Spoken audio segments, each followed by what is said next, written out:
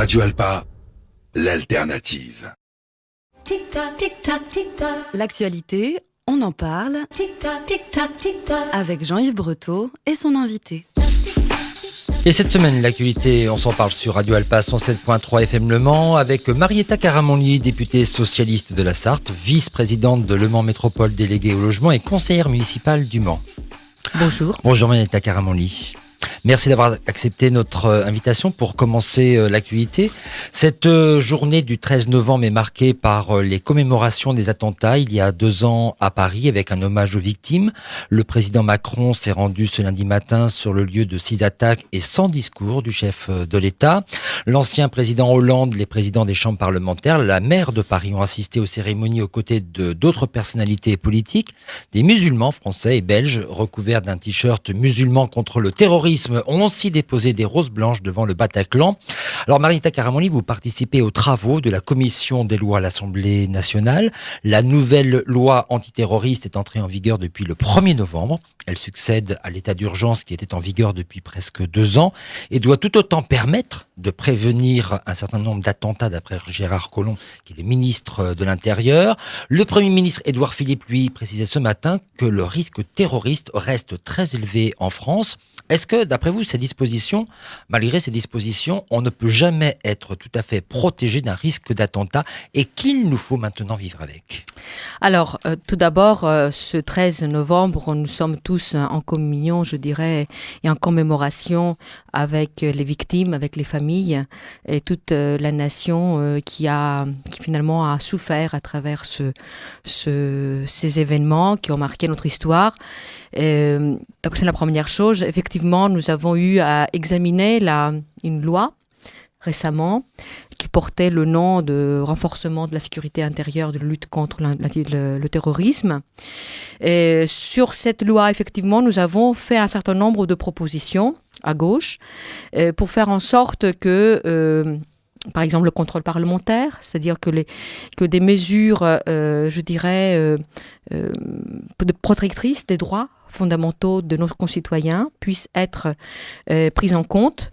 D'autant plus que finalement, sur ce texte-là, pourquoi je le dis cela ? Parce que finalement, il y a une certaine banalisation des mesures exceptionnelles qui existaient dans l'état d'urgence, qui se justifiaient par l'état d'urgence et qui se retrouvent finalement dans ce texte.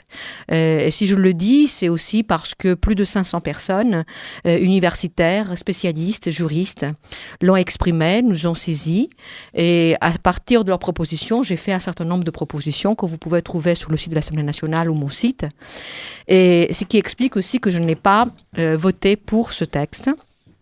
Mais je me suis abstenue, compte tenu du fait qu'il y a des éléments positifs intégrés qui peuvent permettre un travail de prévention. Parce que d'abord, la lutte antiterroriste, c'est de prévenir, justement, d'éviter à ce qu'il y ait un acte.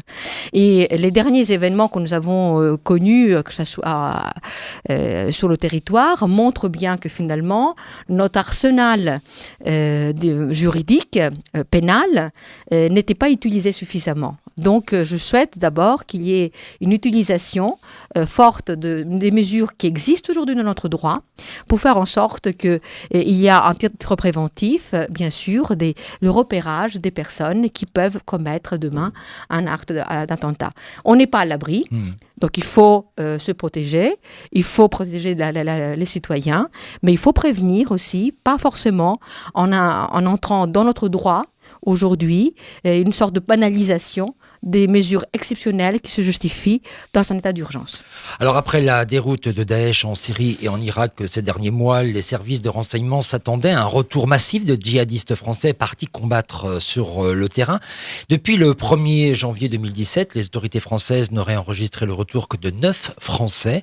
On estime que 690 djihadistes français résident encore en Syrie et en Irak. Et puis parmi eux, il y a 295 femmes et 28 mineurs combattants de plus de 15 ans qui sont répertoriés en tout cas avant leur départ.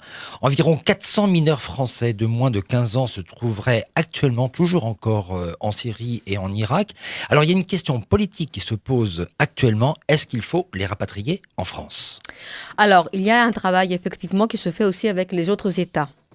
Et il faut savoir que finalement, aujourd'hui, en France, pas depuis les élections présidentielles, mais depuis maintenant les premiers attentats qu'on a connus, il y a eu un certain nombre d'opérations qui ont permis de dénouer des situations, des bandes finalement organisées, et finalement de prévenir d'une certaine manière. Ce travail-là doit se poursuivre au niveau européen. Et donc, il y a aujourd'hui un renforcement des moyens sur les frontières, et sur les territoires européens, et aussi des partenariats avec d'autres pays, comme la Turquie, par exemple, qui acceptent de jouer le jeu. Donc, aujourd'hui, il y a une demande de l'État de pouvoir juger et aussi et connaître ces personnes qui sévissent un peu à l'extérieur. Et donc, ça se mène dans des partenariats, aussi dans le secret, dans le renseignement. Vous comprenez, on ne peut pas tout dire non plus.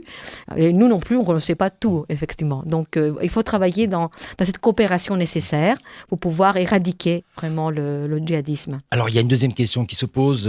S'ils doivent être rapatriés, comment se protéger d'une menace qu'ils pourraient, ou pas d'ailleurs, représenter? Je vais vous dire que s'il y avait rapatriement, il y a surveillance. Voilà. Et il y a effectivement mesures qui doivent se suivre et se poursuivre. Donc, l'État doit être en mesure d'analyser la responsabilité que ça engage. Si elle doit le faire dans le sens de protéger la population. Et peut-être, en contrôlant mieux ces personnes, elle peut mieux les protéger. Tic-tac, tic-tac, tic-tac.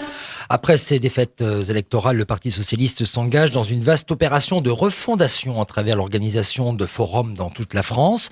La fédération de la Sarre du Parti socialiste participe bien sûr à cette initiative. 17 réunions thématiques vont se tenir jusqu'au 30 novembre dans différentes communes sartoises. Elles sont ouvertes d'ailleurs aux personnes qui souhaitent s'associer à cette réflexion collective.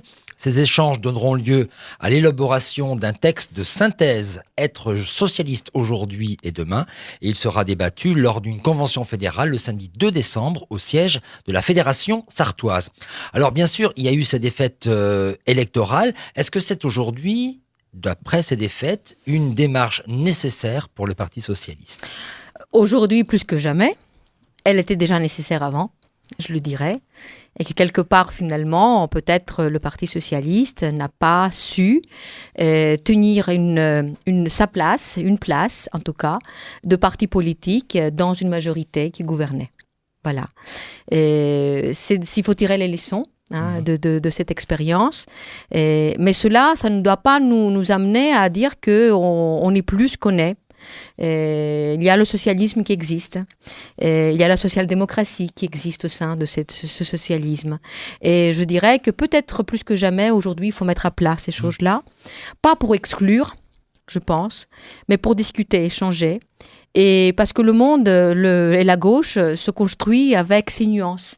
Parce que si on prend qu'une couleur, qu'une nuance, ce sera monocorde et monocolore. Donc je pense que c'est nécessaire de se poser les bonnes questions d'aujourd'hui, qu'est-ce que nous sommes, d'où nous venons et où est-ce que nous voulons aller. Alors je ne sais pas si on peut parler d'un examen de conscience, mais c'est lié à ce qu'ont fait les socialistes pendant 5 ans au pouvoir, ou est-ce que ça veut dire que le Parti socialiste s'est perdu entre différents choix politiques lors des primaires, puis de la présidentielle, et qu'il a aujourd'hui besoin de préciser son identité politique pour se reconstruire? Alors l'identité... C'est le bilan présidentiel ou ce sont les primaires? C'est plusieurs choses à la fois.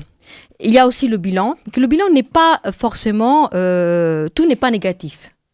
Et tout n'est pas positif. Que tout n'est pas positif. Et il faut accepter de dire que telle chose est positive et telle autre n'est pas positive pour le pays. Il faut tirer les leçons des échecs, mais il faut tirer les leçons aussi, les convictions de ce qu'on a réussi. Et je pense finalement qu'il y a des choses qui ont été réussies, qu'on verra et on voit déjà des résultats qui reviennent. Mais il y a une erreur fondamentale qui était celle de la communication de ce qui a été fait, qui n'était pas, à mon sens, suffisamment clair pour la population. Mais il ne s'agit pas de maîtriser les médias, mais il y a toujours des moyens pour communiquer et expliquer ce que nous faisons. Et chaque fois qu'on fait quelque chose et qui peut-être n'a pas été jusqu'au bout, Mais expliquer pourquoi on n'a pas pu être jusqu'au bout et comment on revient pour aller plus loin. Alors justement, le passé, c'est le passé. Quels sont d'après vous les grands défis pour le Parti socialiste de demain ? Ben, c'est le défi déjà que dans un monde mondialisé, dans un monde qui bouge, qui mute, il y a quand même des fondamentaux. La justice sociale, c'est la première chose sur laquelle nous devons s'appuyer. La question des services publics, la question du logement, la question de l'emploi, c'est de vivre ensemble dans notre pays et les institutions démocratiques, de faire en sorte que si le pouvoir soit mieux partagé et que le pouvoir associe encore au mieux nos concitoyens. Alors ça, j'ai envie de vous dire, pour ceux qui nous écoutent, ce sont des préoccupations qui ne sont pas nouvelles chez le Parti socialiste. Qu'est-ce qui changerait demain ?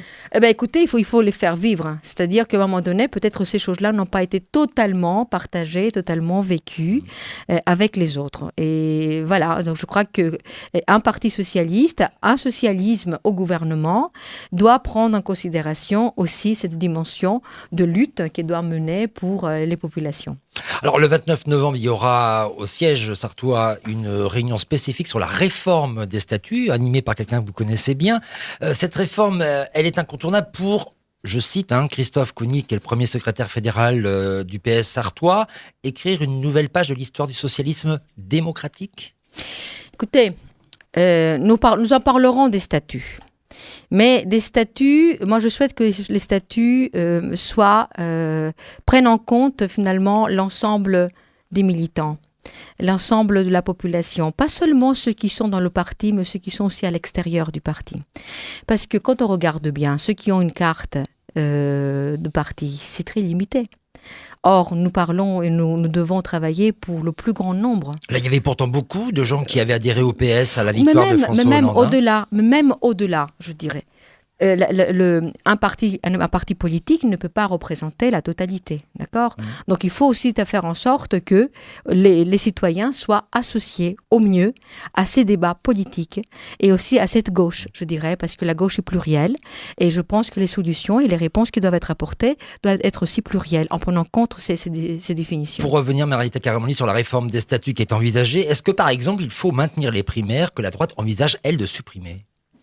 Écoutez, c'est des questions... d'avenir.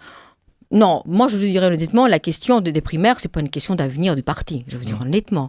C'est une modalité qui a été inventée, qui a été utilisée, qui existe ailleurs, et pour laquelle on n'a pas été du tout préparé, elle a été même contournée. Voilà ce que je pense. La question maintenant, c'est pas en supprimant les primaires ou en gardant les primaires qu'on crée, on fait évoluer un parti. Voilà. Donc, je pense que c'est plutôt sur un combat idéologique, un combat des idées plutôt, je dirais, des propositions concrètes que nous pouvons faire, de travailler avec les autres que finalement de rester sur des statuts et sur de la cuisine interne.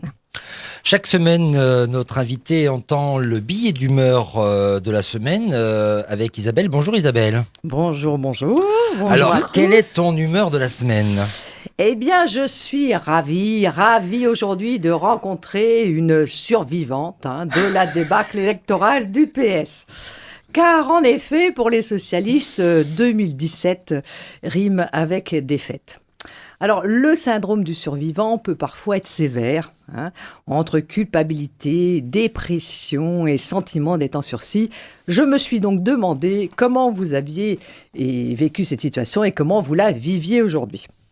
Alors, dans la Sarthe, vous êtes 2 à avoir survécu au naufrage des législatives. Un homme, Stéphane Le Foll, une femme. Shabadabada. Comme nos wabadabadat, shabadabada, chante tout babadabadat, shabadabada, nos cœurs y wabadabada, shabadabada, comme une chance, comme un espoir. Eh oui, tu y étais. Un espoir donc, un espoir pour les socialistes de se multiplier à nouveau, de croître et de revoir la vie en rose.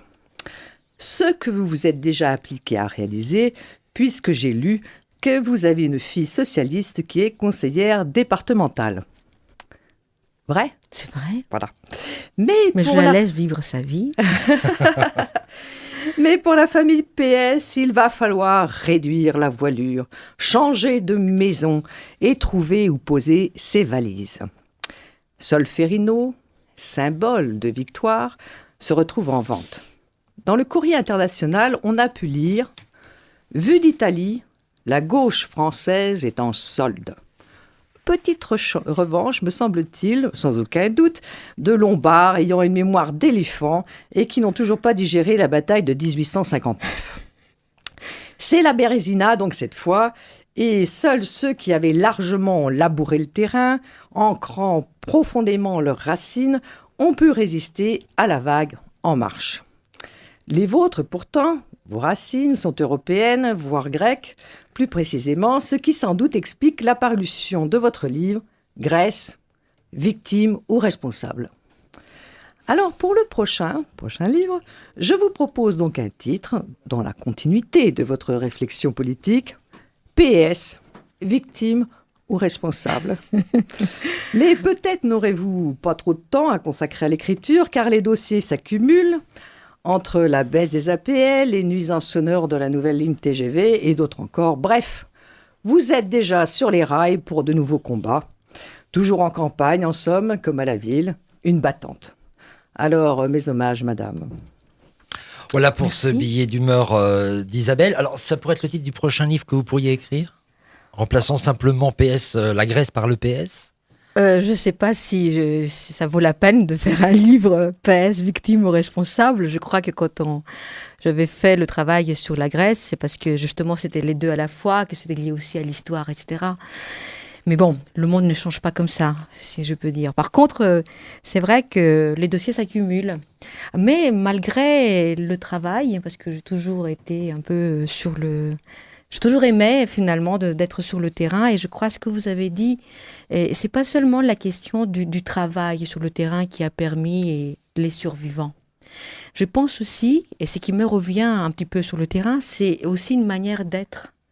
C'est-à-dire que nos concitoyens ont envie d'avoir des hommes ou des femmes politiques qui se prennent pas pour des stars et qui soient vraiment ancrés sur le terrain, qui soient à l'écoute, modeste et volontariste et combattant.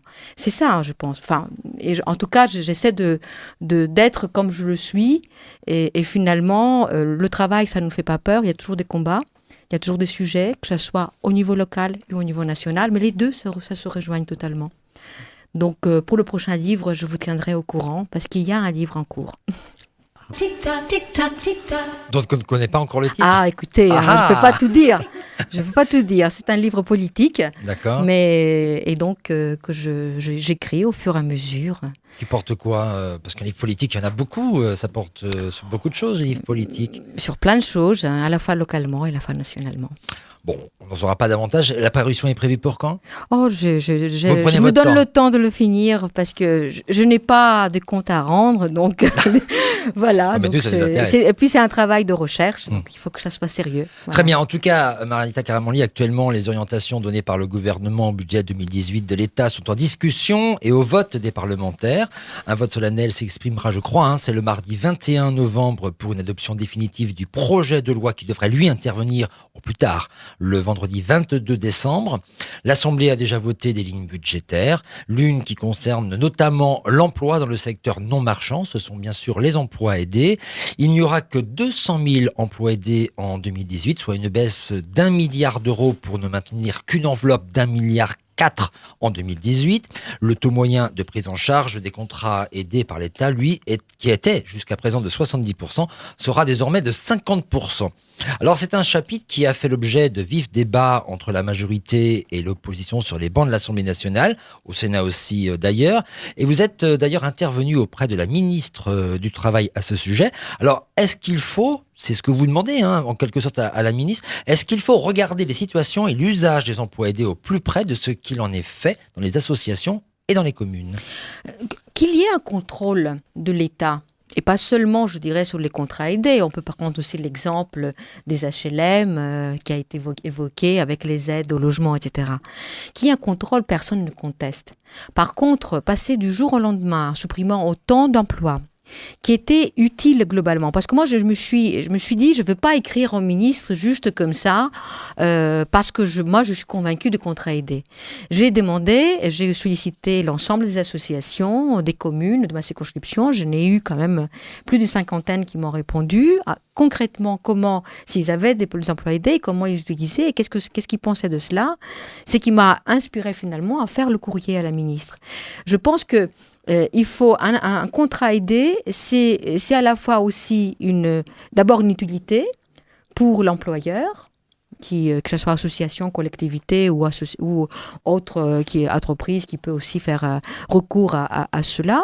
Mais aussi, je dirais, c'est aussi une possibilité pour la personne de se mettre en insertion.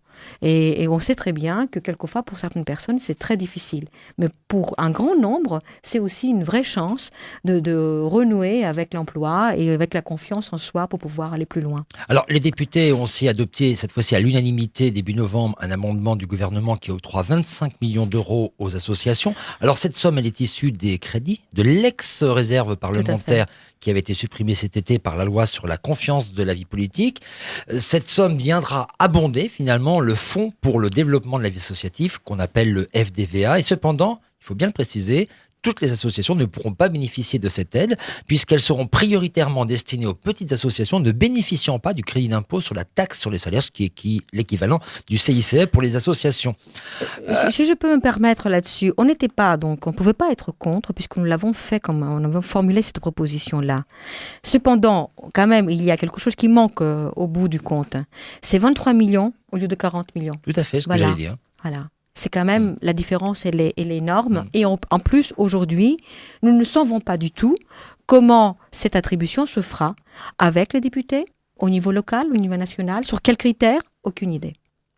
Alors les associations, vous le savez, voient leur financement public baisser. En plus de cette annonce confirmée de la baisse des emplois aidés, une question toute simple, comment peuvent-elles faire face à cette situation de la baisse des crédits publics et en même temps de la baisse de l'emploi qui leur permet de poursuivre leurs activités ? Mais parce que je pense que, moi je ne partage pas cette analyse justement, c'est ce qui a été proposé par le gouvernement, mais on constate malheureusement que certains pensent que tout peut être réglé par le privé, par la privatisation. Or, le travail qui est fourni aujourd'hui par les associations, le bénévolat vraiment particulier qui existe en France, qui n'existe pas partout quand même dans les pays de l'Union européenne, produit de la richesse. Et ça, c'est pas forcément pris en compte dans la vision économique de ce gouvernement. Tic-tac, tic-tac, tic-tac. L'AFP, l'agence française de presse, révèle ce lundi que les plaintes pour violences sexuelles déposées en zone de gendarmerie ont bondi de 30,3% en octobre par rapport à la même période l'année passée. Cette augmentation représente environ 360 faits quand même supplémentaires. Cette hausse intervient après la révélation début octobre de l'affaire Harvey Weinstein aux États-Unis qui a incité bien sûr de nombreuses victimes à témoigner. Et puis dans une tribune qui a été publiée il y a 15 jours dans le JDD, une centaine de personnalités féminines, artistes, comédiennes, réalisatrices, écrivaines, journalistes, médecins, demandent au président Macron de décréter un plan d'urgence contre les violences sexuelles. Cet appel a été mis en ligne sur la plateforme Change sous forme d'une pétition. Elle collecte déjà à ce jour près de 126 000 signatures. Et puis parmi elles, il y a une centaine de personnalités qui annoncent qu'elles ont été, je cite, elles citent comme d'autres qu'elles ont été harcelées, agressées ou violées. Alors il y a un projet de loi sur les violences sexuelles et le harcèlement de rue qui est annoncé pour le premier semestre 2018 par Marlène Schiappa, la secrétaire d'État auprès du Premier ministre chargée de l'égalité entre les femmes et les hommes. Quelle est votre position sur ce grave sujet de société qui s'impose depuis quelques semaines dans l'actualité ? Je pense que la parole est libérée et donc effectivement on parle de plus en plus d'harcèlement. L'harcèlement a toujours existé, particulièrement, y compris, il faut parler aussi de l'harcèlement au travail, qui quand même touche énormément de personnes, et je pense qu'il faut vraiment se pencher une nouvelle fois sur ce sujet. Et sur l'harcèlement sexuel ou l'harcèlement de rue, effectivement, il y a un groupe de travail qui a été mis en place, j'en fais partie. Cependant, je l'ai dit déjà à la secrétaire d'État, je suis très sensible à ces questions, mais également, je ne souhaite pas qu'on fasse que de la com, mais plutôt qu'on travaille sur le fond. Et je dirais que donc j'ai fait un certain nombre de propositions sur la question de la preuve, la question de la sanction, la question de la définition, et qui nous permettra effectivement de formuler un certain nombre de propositions à la ministre pour, et j'espère, s'inspirer dans la rédaction finale de son projet de loi qui doit être menée, y compris avec la ministre de la Justice. Donc c'est deux choses à la fois, ensemble. Ceci dit, aujourd'hui, si l'actualité parle beaucoup de l'harcèlement, vous notez quand même aussi que c'est aussi dans des milieux où il y a du pouvoir et de l'image. Le cinéma, notamment, mais de pas que l'image. là. Voilà, de l'image, de l'apparat, quand même, il faut le dire. Donc, c'est un monde aussi de pouvoir. Et je pense que où il y a pouvoir, quelquefois, il peut y avoir aussi de l'harcèlement. Et donc, je pense qu'il faut vraiment... Alors, je travaille localement également avec des collègues. La nouvelle adjointe. La nouvelle adjointe, Leslie Pérez, qui effectivement a pris à cœur à double titre en tant que femme, en tant qu'adjointe, mais aussi en tant qu'avocate. Donc, je pense qu'on est bien placés. Et nous proposons toutes les deux, prochainement, le 25 novembre, un café citoyen sur les questions de violences faites aux femmes et de l'harcèlement au café Le Globe, à la République, très simplement, tout le monde peut venir, à 9h du matin, voilà. Quand même. Voilà, écoutez, samedi matin, à 9h, autour café croissant, c'est pas mal pour parler aussi des sujets. Et voilà, pour essayer de s'inspirer à la fois de la réalité locale, mais aussi et des réflexions des uns et des autres, pour pouvoir le proposer. Et parallèlement à cela, je pense qu'il est essentiel de ne pas écouter uniquement des professionnels qui interviennent dans ces problématiques. Et c'est pour cette raison-là, j'ai associé également des universitaires qui travaillent sur des questions de genre, discrimination, harcèlement, et qui peuvent aussi nous porter un regard aussi non seulement national, mais aussi européen. Tic-tac, tic-tac, tic-tac. Très rapidement, vous venez aussi d'écrire à la ministre de la Santé, Agnès Buzyn, sur la problématique de la désertification médicale en zone urbaine et notamment au sein des quartiers prioritaires. Alors, on connaît bien évidemment la situation difficile et alarmante des déserts médicaux en zone rurale, mais la situation devient tout aussi inquiétante en zone urbaine, notamment dans les quartiers populaires ? Oui, parce que le mode de calcul n'est pas juste, ne prend pas en compte finalement l'ensemble il confond différentes professions, spécialités de médecins sur Le Mans. Et Le Mans souffre aujourd'hui dans les quartiers d'un manque de généralistes, par exemple, et de médecins. J'ai demandé à ce que, lors de cette révision du zonage, puisse finalement être pris en compte, particulièrement la présence de cette absence finalement, je dirais, de médecins dans les quartiers populaires. Car, je dis honnêtement, et je l'ai dit, et les maires de Le Mans Métropole ont été d'accord avec moi quand j'ai fait en sorte, je proposais de cette démarche, parce que si Le Mans n'a pas de médecin, c'est la Sarthe qui n'aura pas de médecin. Donc voilà, je travaille également sur ce sujet-là avec l'adjointe à la santé au niveau de la ville, qui est Catherine Brulé de La Haye, et qui effectivement avec elle, on regarde un petit peu quelle initiative nous pouvons prendre nationalement, localement, pour faire en sorte que on arrive à mobiliser des médecins sur Le Mans. D'abord, ceux qui sont là pour pouvoir accueillir des stagiaires, premier élément, mais ceux qui peuvent venir, donc ça demande un peu des relations avec les autres universités, avec le monde médical, avec des syndicats, avec finalement d'autres partenaires, parce que je signale quand même, c'est pas comme ça qu'on va le résoudre, on n'est pas on n'a pas de pouvoir là-dessus, mais 25% des médecins qui sortent des études ne s'installent pas. Donc, on a quand même une vraie problématique et il ne suffit pas de faire des lieux pour les accueillir si on n'arrive pas à les convaincre de venir s'installer. Merci Marita Carmoli d'avoir commenté l'actualité sur Radio Alpa 107.3. On rappelle que vous êtes députée socialiste de la Sarthe, vice-présidente de Le Mans Métropole, déléguée au logement et conseillère municipale du Mans.